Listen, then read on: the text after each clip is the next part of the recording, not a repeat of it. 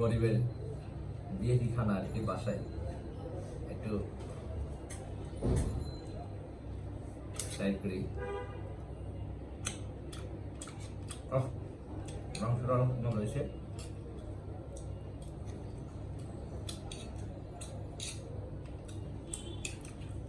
আপনারা বাসায় ট্রাই করতে পারেন।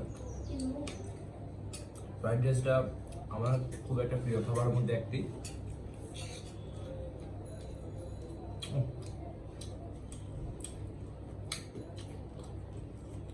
আশা করি ম্যাডাম খেয়ে অনেক খুশি হবে, অনেক মজা হয়েছে। তো তুমি খাবে একটু? হ্যাঁ, একটা খাও, একটা খাও বাবু, একটু খাও।